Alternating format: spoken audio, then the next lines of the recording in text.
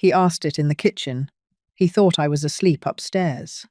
He used the voice a 50-year-old man uses when he has been carrying a question for a long time and finally lets it out, late at night, to the only person in the room. He did not know I had come down for a glass of water. He did not know I had stopped at the bottom of the stairs. He did not know. The kitchen vent above the stove carried his voice through the wall and into the small hallway where I stood, in my bathrobe, with my hand on the banister. For the full 90 seconds, it took him to finish his sentence. By the next Friday, I had answered him not with tears, not with shouting, not by walking into the kitchen to confront him. I had answered him with 3 pieces of paperwork signed at my own dining room table by a lawyer my husband had been waiting to send me for 7 years. Here is what actually happened. My name is Joan. I am 73 years old. My husband Frank died in 2017. We had been married for 46 years. He had been a small-town pharmacist for 38 of those years. He had owned a corner drugstore on Main Street in our small Indiana town from 1979 until he sold the business in 2014. He had retired with enough money to live comfortably for the rest of our lives. He had not, however, lived to spend it. He had been diagnosed with esophageal cancer in March of 2017. He had died in August. He had left me a paid-off 3-bedroom house on a quiet street, a small but solid investment portfolio that paid me about $4,200 a month in interest and dividends, and a small life insurance policy that had paid out in October of 2017 $300,000, which I had deposited into a savings account at our local credit union, and which had been sitting, mostly untouched, for 7 years. The $300,000 had been the part of Frank's estate that my son Mark had been most aware of. I had not yet, in November of 2024, understood how aware. I would understand it on a Tuesday evening in early November. My son Mark is 50. He is married to a woman named Rebecca. They have 2 children, my granddaughter Madison, 16, and my grandson Tyler, 13. In April of 2023, Mark and Rebecca had moved into my house. The reason had been a flood. Their house, a 2-story colonial in the next town over, had had a burst pipe in the 2nd-floor bathroom on a Sunday morning in March of 2023. The water had run for about 6 hours before anyone noticed. The damage had been substantial. Their homeowner's insurance had eventually paid for most of the repairs, but the repairs had taken much longer than anyone had expected. And Mark had called me on the Monday morning after the flood to ask whether he and Rebecca and the kids could stay with me for a few months. I had said yes. That had been 20 months ago. The repairs to their house had been finished in October of 2023. They had not moved out. By November of 2023, Mark had told me they had decided to rent their house out for a year to cover the gap in their savings. By March of 2024, the rental had been extended because the tenants are great and the income is nice. By the autumn of 2024, the topic of moving back to their own house had stopped coming up at all. They had taken the upstairs of my house. Mark had moved his home office into Frank's old study. Rebecca had repainted the family room in the summer of 2024 to brighten it up. The grandchildren had taken what had been my guest room and my sewing room. I had moved, temporarily, into the small 1st-floor bedroom that had been Frank's recovery room during his final illness. I had been in that small bedroom for 20 months. I had not yet, in early November of 2024, said anything to Mark about how long the few months had become. I had been planning to. I had been working up to it. I had been telling myself I would bring it up after Thanksgiving, when the family was relaxed. The conversation in the kitchen happened the Tuesday before Thanksgiving. It happened, in a way, because I had walked downstairs at the wrong moment for a glass of water. It also happened, in a deeper way, because I had been walking downstairs in my own house for 20 months and had not yet noticed how often I had been holding my breath while I walked. It was 11:17 p.m. on the Tuesday before Thanksgiving. I had been in bed since 10. I had not been able to sleep. The heater in the small first-floor bedroom had been making the dry, rattling sound it had been making for 3 weeks, and I had been meaning to call someone to fix it. And I had also been meaning to ask Mark about it, because he kept saying he would take a look, and he had not yet taken a look. At 11:15, I had decided I was thirsty. I had put on my bathrobe. I had walked out of the small bedroom. I had walked down the hall toward the kitchen. The hallway between the small bedroom and the kitchen passes by a small ventilation grate above the stove on the kitchen side, which connects to a corresponding grate in the hallway ceiling. Frank had installed both grates in 1989 when we added the back addition to the house. The grates had been intended for circulation. They had also, by accident of construction, carried sound between the two rooms with remarkable clarity, which Frank and I had learned in 1989 when we were trying to keep secret the small surprise birthday party we were planning for our son's 10th birthday, and which Mark, aged 10, had overheard through the grate from the hallway one Saturday afternoon. I had not thought about the grates in many years. I was about to think about them again. I stopped in the hallway just before the kitchen entrance because I heard voices. Mark's voice, Rebecca's voice. They were sitting at the kitchen table. They had thought I was asleep. I want to tell you what I heard. I want to tell you exactly. I have written it down since that night, in my own handwriting, on a piece of paper that is now folded inside a leather portfolio in my lawyer's safe. The wording is the wording. I have not adjusted it. Mark was talking. He was halfway through a sentence. He said, "And I know it's terrible to say, Becca, but honestly, sometimes I just wonder. I mean, what is she still doing here? She's 73. She's healthy. She could live another 15 years. 15 more years of us in this house, of her in that little room, of the money just sitting there in the credit union. Why is she still alive? Like, that sounds awful. I know it sounds awful, but what is she still doing here?" Rebecca's voice, quieter, careful. Mark. "Becca, I love her. I love my mother. You know I do. But it's been 20 months, and she's not going anywhere. The 300,000 from Dad's life insurance, that money was supposed to come to us eventually. I have been counting on it for our retirement since 2017. Tyler needs braces. Madison wants out of state for college. We are going to have to take out loans. And the money is just sitting there, in a credit union, earning whatever a credit union pays, probably less than inflation. While she lives in her little room and watches her shows and has no idea that she is the only thing standing between us and getting out from under the rental." Silence for a moment. Then Rebecca. "Mark, stop, you don't mean it." Mark. "I do mean it, Becca. I do. Some part of me means it, and the other part of me hates myself for meaning it. But Becca, I look at her sometimes and I think, Mom, when? When are you going? When are you giving us the chance to actually start our lives? I have been waiting for this money for 7 years. 7 years. And now she's living in our way of getting to it. I love her. I love her. But also when?" He stopped. Rebecca said something I could not make out. Her voice had dropped lower. I did not stay to hear it. I walked, very quietly, back down the hallway. I went back into the small bedroom. I closed the door. I sat on the edge of the bed. I did not get the glass of water. I did not turn on the light. I sat in the dark in my bathrobe for a long time. I want to tell you that I cried. I did not cry. I sat in the dark, and I listened to the heater rattling, and I thought about the words, "What is she still doing here, and why is she still alive?"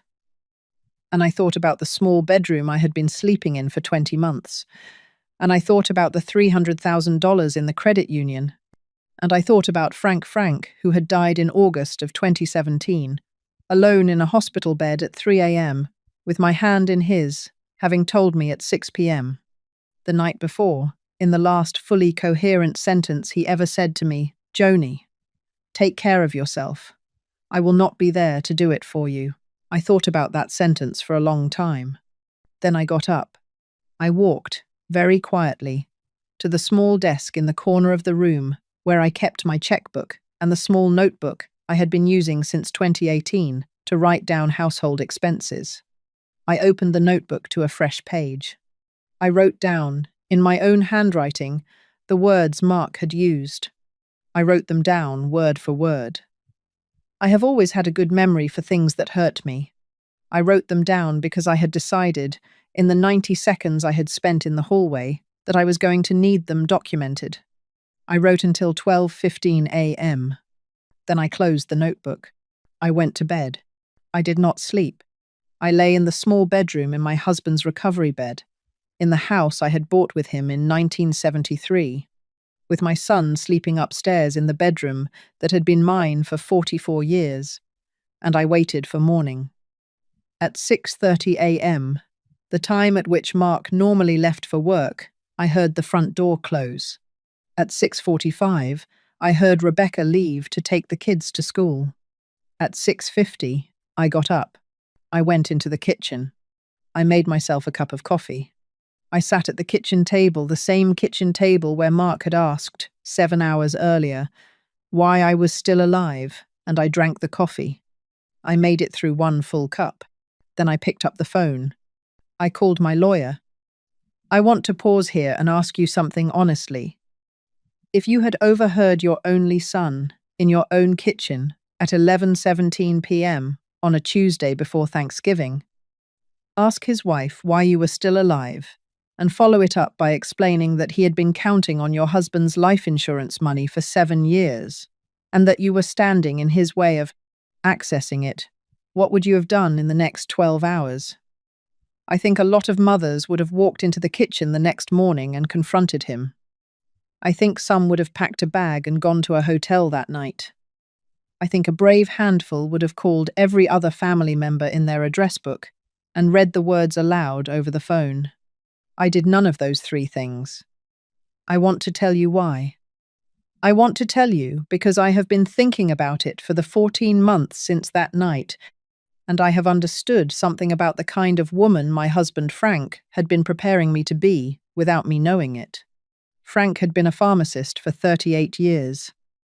A pharmacist is a person who knows that the right response to almost any situation depends on 3 things: the substance involved, the dose, and the timing. The substance Mark had been speaking with was his own ugly truth. The truth he had been carrying for 7 years and had finally, in the dark of an empty kitchen at 11:17 p.m., said out loud. The dose had been small, 90 seconds of speech, 6 or 7 sentences, not enough to fully diagnose, but enough to identify the underlying chemistry. The timing was the question. If I confronted Mark the next morning at the kitchen table, he would deny he had said it. He would tell me I had misheard. He would tell me I was confused, that the great must have distorted his words, that he loved me and would never say such a thing. He would say all of this with the careful tone of a 50-year-old man who knew that his mother, in her 70s, could be made to doubt her own hearing if pressed hard enough by someone she had loved for 50 years. I would lose the argument. I would lose it because Mark would deny it, and Rebecca would back him up, and I would have no witnesses other than the kitchen vent and the small notebook on my desk. The argument was not what I wanted. The argument would not produce the change I needed. What I needed was paperwork. What I needed was a lawyer who already had instructions from Frank about what to do on the day this kind of conversation finally happened. What I needed was to wait until the right time to deliver the paperwork. I called my lawyer at 6:55 a.m. on Wednesday morning. Her name was Helen Albright. She had drafted my will after Frank died. She was about to deliver, on Frank's behalf, a folder of documents she had been waiting to deliver since November of 2017. 7 years, and 1 week before the morning, I called her. Helen picked up at her office at 7:03. She normally arrived before 7. I knew this because Frank had once told me, years earlier, that Helen Albright is at her desk by 6:45 every morning except Christmas. Joni. If you ever need her, she will be there. She answered, Helen Albright. I said, Helen, it is Joan Westover. I am calling about something I overheard last night. She said, Joan, tell me. I told her. I told her what I had heard. The kitchen vent, the 11:17 p.m., the 90 seconds, the exact words. I read them to her, slowly, from the notebook I had written in at 12:15 a.m. When I had finished, Helen was quiet for a long moment. Then she said, very quietly, Joan, Frank left me a folder in November of 2017, 3 months after he died. The folder has been on my desk for 7 years and 1 week. It was waiting for you to call about this specific kind of conversation. I am going to come to your house tomorrow morning at 9 a.m. with a notary. I am going to ask you to do something that is going to feel like a lot to do in a short amount of time. I want you to be ready to do it. I said, Helen, I am ready. She said, Joan, one question. Mark and Rebecca and the children, they are still in your house? I said, they are. She said, Joan, are you safe? I said, Helen, Mark is not violent. He has never raised a hand to me. He is selfish. He is greedy. He is many things, but he is not dangerous in that way. She said, Joan, I am going to ask you to do one more thing today. I want you to drive to your sister Eleanor's house tonight and spend the night there. I do not want you to be in the house with Mark tonight. I want you to be at Eleanor's. Tell Mark you are spending the night with Eleanor because she is feeling lonely. Whatever you tell him is fine.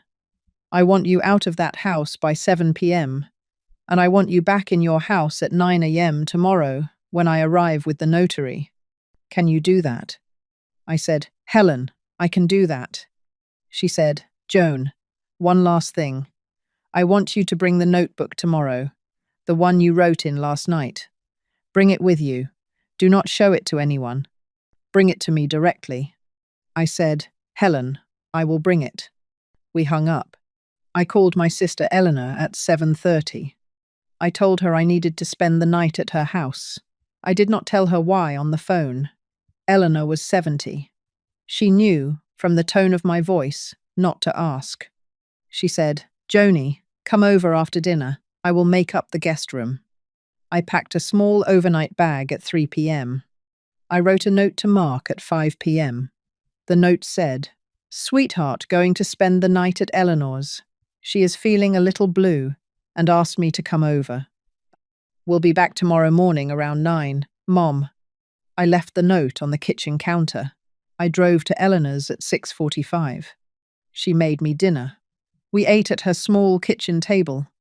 I told her, slowly, over the meal, what I had overheard. Eleanor cried. I did not. She said, very quietly, Joni, what are you going to do? I said, Eleanor, Frank left me instructions.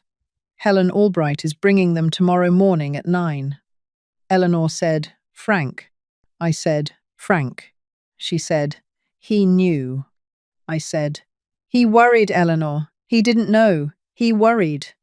Eleanor wiped her eyes. She said, Joni, Frank was the best man I ever knew, after my own husband. I said, Eleanor, I know. We went to bed at 11. I slept, finally, the way a woman sleeps when she has, after 20 months of holding her breath in her own house, exhaled. Helen Albright arrived at my house at 8:56 a.m. on Thursday morning. She brought a leather portfolio. She brought a notary in her car. She brought, in a sealed cream envelope inside the portfolio, a letter Frank had written to me in May of 2017, 3 months before he died, during the period when he had still been strong enough to write. She handed me the letter first. I broke the seal. I read, Joni, if you are reading this, our son has finally said something out loud that he has been thinking quietly for years. I am sorry, I am not there to help you with it. I have been watching Mark since he was 30. He is now 38 as I write this. For 8 years I have been watching him, very slowly, become a man who measures other people by what they have, that he might one day inherit. I do not think he is a bad man. I think he is a man who, in his 30s, made some financial decisions that he is going to spend the rest of his life trying to recover from, and who has been telling himself, since his early 40s, that what he is owed by his parents will be the thing that finally lets him recover. Joni, he is going to be okay financially. He has a good job. Rebecca has a good job. They will make it through their bad decisions. They will not need our money to do it. They have been telling themselves for years that they will. That is a story they have been telling themselves. It is not the truth. The truth is that our money is ours. It was my money, earned by me at the drugstore for 38 years. It is now your money, because I am dead, and we were married for 46 years, and that is how money works. It is not Mark's money. It is not Rebecca's money. It is not the grandchildren's money in any direct sense. It is yours. Joni, I have been watching Mark, and I have been worried. I have not said anything to you, because I did not want to be the father who criticized his son to his wife. I have written this instead. I have signed documents with Helen. The documents are sitting in her safe, waiting for the day you need them. They will not need anything from you until that day. On the day you call her, the documents will be ready. The documents do 3 things. First, the house. The house gets moved into a trust. The grandchildren, Madison and Tyler, are the beneficiaries. They will inherit the house at age 25 each, in trust, with Helen's firm as trustee. The trust skips Mark and Rebecca. They are not in the trust. They will not be in the trust. The house will go to the grandchildren when they are old enough to understand what they have been given and why. Second, the investment portfolio. The portfolio stays in your name. You keep all of it. You do not give it to Mark in your lifetime.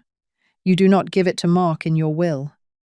The portfolio passes, on your death, into the same trust as the house.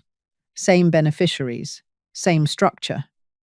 Third, the $300,000 from the life insurance. Joni, this is the one I want to talk to you about most carefully. The $300,000 is the money Mark has been waiting for. He does not know. I know he has been waiting for it. I have known since approximately 2015. I want you to take that money out of the credit union where it has been sitting since 2017 and use it for yourself. All of it. Travel. A new car. A small condo near the beach. A donation in my name to a cause you care about. I do not care what you spend it on. I care that you spend it on yourself, while you are still alive to enjoy it.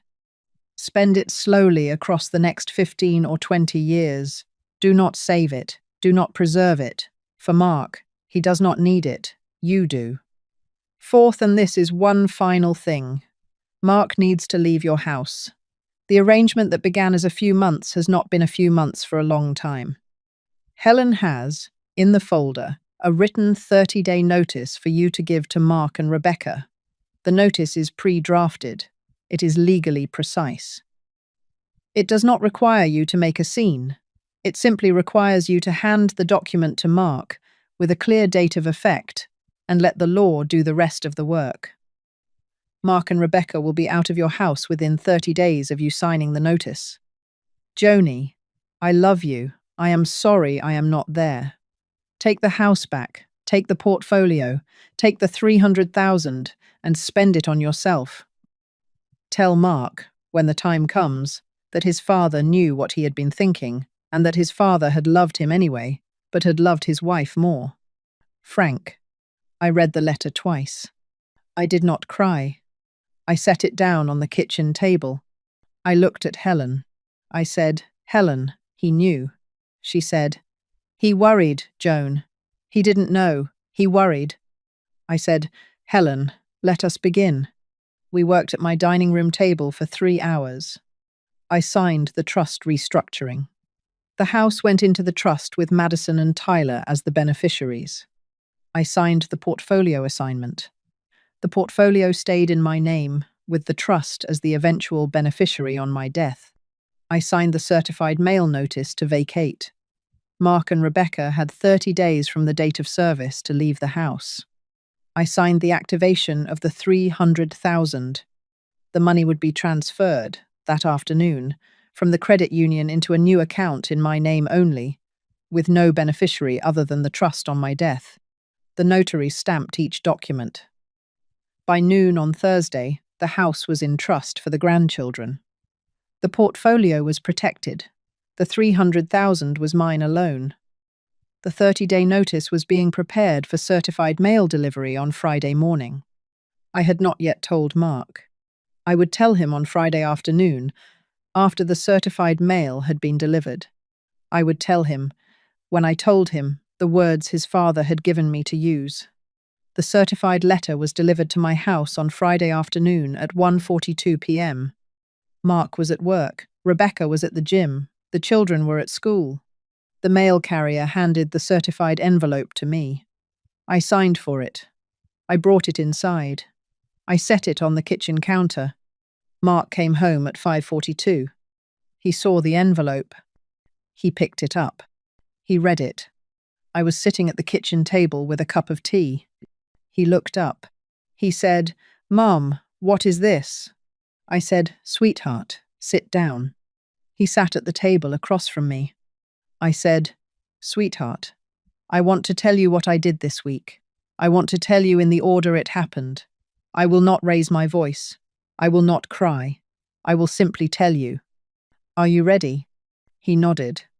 I said, "On Tuesday night at 11:17 p.m., I came downstairs to get a glass of water. I stopped in the hallway by the kitchen vent. I overheard a conversation you were having with Rebecca at the kitchen table. You said the following things. I picked up the notebook I had brought to the kitchen table with me. I read his words to him. I read them slowly. I read them in his own voice, as best I could remember it. I read for 90 seconds. When I had finished, I closed the notebook. I looked at my son. He was the color of wet paper. He said, Mom, I did not say that. I mean, I might have said something, but you misheard the—" I said, "Mark, sweetheart, I did not misheard. I wrote it down at 12:15 a.m. in the small bedroom downstairs. I have read it back to you in your own words. Do not insult me by telling me I misheard." He stopped. He put his face in his hands. I said, "Sweetheart, I have not finished. I want you to listen to what I did next." I told him about the phone call to Helen at 7:03 Wednesday morning, about the folder Frank had left her in November of 2017, about Eleanor's guest room Wednesday night, about Helen's arrival Thursday morning, about the trust, about the grandchildren as the beneficiaries, about the portfolio, about the 300,000, about the 30-day notice. I told him about Frank's letter from May of 2017. I told him the words Frank had asked me to say to him on this day. Your father knew what you had been thinking. Your father loved you anyway, but he loved your mother more. Mark was crying now. I let him cry. After a while, he said, Mom, I am so sorry. I am so sorry, Mom. I cannot believe I said that. I love you. I have always loved you. I said, Sweetheart, I know you love me. I also know that you have been carrying for 7 years the belief that the 300,000 in the credit union would eventually become yours. You have been carrying it for so long that some part of you began to resent the woman whose continued breathing was preventing it from happening.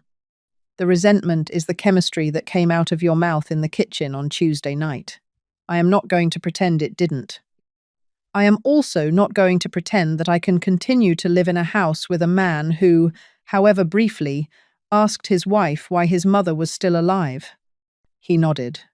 He said, "Mom, the kids did not." I said, "The kids did not. The kids did not hear.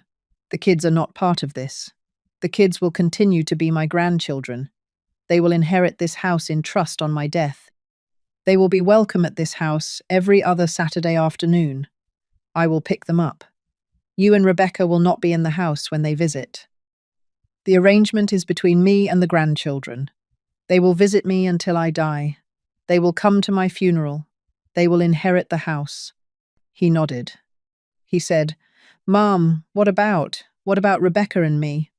I said, "Sweetheart, the 30 days begin today. You and Rebecca and the children need to be out of the house by December 23rd. I will be hosting Christmas at my house this year, alone, by myself. You and Rebecca and the children will spend Christmas at your own house, which has been rented for 14 months and which you will need to give your tenants 30 days' notice to vacate, the way they will have just received. The math works out almost exactly. The tenants will leave the day before you arrive. You will sleep in your own house on Christmas Eve." He said, "Mom, I said, "Sweetheart, after Christmas, you and I will have lunch on the first Saturday of every month at my house, alone, without Rebecca, for 2 years. After 2 years, we will see whether we have anything to talk about that is not about money. The first lunch is the first Saturday of January." He nodded. He said, "Mom, I love you." I said, "I love you too, sweetheart." He stood up. He hugged me. He held on for a long time. He went upstairs to tell Rebecca. Rebecca came downstairs at 6:23 p.m. She walked into the kitchen. She was crying. I had not seen her cry in 20 months. She said, "Joan, I am so sorry. I should have stopped him. I should have stopped him at the table. I knew what he was saying was wrong. I knew it." I said, "Mark, stop, you don't mean it." And he kept going, and I let him keep going. I should have walked out. I should have come and woken you up. I should have. I said, "Rebecca, sit down." She sat across from me. I said, "Rebecca, you are a good person who has been married for 12 years to a man who has been quietly resentful of his parents' money for at least 7 of them. You have known. You have not stopped him. You have hoped he would grow out of it. He has not. You have, slowly, started to believe some of what he believes. You did not believe it strongly. But you believed it enough that on Tuesday night, when he said the worst sentence I have ever heard a man say about his mother, you said, 'Mark, stop. You don't mean it,' but you did not say, 'Mark, what is wrong with you?' The difference matters. The first one was loving. The second one would have been honest. I am not blaming you. I am simply telling you that I noticed." She nodded. She said, "Joan, I have heard everything. I am so sorry, Joan. I do not know what to do. I do not know how to fix this." I said, "Rebecca, you are 46 years old. You are a smart woman. You have a successful career. You are going to spend the next 2 or 3 months thinking very carefully about what kind of marriage you want for the rest of your life. I am not going to tell you what to decide. I am simply going to tell you that the question is now in front of you, and that it has been in front of you for several years, and that you have been avoiding it. The avoidance is over." She nodded. She said, "Joan, I am sorry." I said, "Rebecca, pack carefully. Take what is yours, leave what is mine. There is a small piece of jewelry I gave you for Mother's Day in 2014, a small gold pin with a freshwater pearl. That is yours. It was my mother's, and I gave it to you, and it is yours. Take it with you." She nodded. She said, "Joan, thank you." She went upstairs. I sat at the kitchen table for a long time after they had both gone upstairs. I did not cry. I made myself a second cup of tea. I thought about Frank. Mark, Rebecca, Madison, and Tyler moved out 23 days later, 1 week early. They moved into their own house, which their tenants had vacated the day before. The grandchildren came to my house for the first scheduled Saturday visit on January 11th. Mark dropped them off. He did not come inside. He kissed both children on the head at the front porch and drove away. Madison and Tyler came inside. I made them grilled cheese sandwiches. We watched a movie together. I drove them home at 6. I did this every other Saturday for the next 14 months. The lunches with Mark, one Saturday a month, alone, at my house, without Rebecca, began the first Saturday in January. The first 3 lunches were difficult. The 4th lunch was less difficult. By the 6th lunch in June of 2025, Mark told me, over coffee, that he and Rebecca had been seeing a marriage counsellor since February. He told me he had been seeing a therapist of his own since March. He told me he had begun to understand something about his own resentment that he had not been able to see when he was living in my house. I listened. I did not say much in response. I did not, in 14 months, ever tell Mark that I forgave him. I did not tell him because I have not yet, 14 months later, fully forgiven him. I have, however, continued to have lunch with him every month. I have continued to host the grandchildren every other Saturday. I have continued to invite him, slowly, in small, careful increments, back into the version of our family that survived the kitchen vent on the Tuesday night before Thanksgiving. The version that survived is smaller than the version that existed before. It is also, in many ways, more honest. I spent $34,000 of the $300,000 in 2024. I took a small trip to Italy in October with my sister Eleanor. We were there for 12 days. We stayed in a small hotel in Florence and a small hotel on the Amalfi Coast. Eleanor cried at the Sistine Chapel. I cried at the small museum in Rome, where I saw a Caravaggio painting I had loved in a book when I was 20. In November, I bought a new car. The car was a small Subaru with heated seats and good winter tires. I had been driving the same Toyota for 14 years. In December, I donated $5,000 to a local food bank in Frank's name. In January of 2025, I bought a small piece of jewelry for myself, a thin gold bracelet with a single small diamond. I had never owned a piece of jewelry I had bought for myself. I had only worn the pieces Frank had given me. The bracelet cost $1,100. I wear it every day now. I have spent, by my own careful tracking, about $58,000 of the $300,000 across the 14 months since Frank's letter arrived. I plan to spend the rest, slowly, for the rest of my life. When I die, whatever is left will pass into the trust for the grandchildren. What is left will not be very much.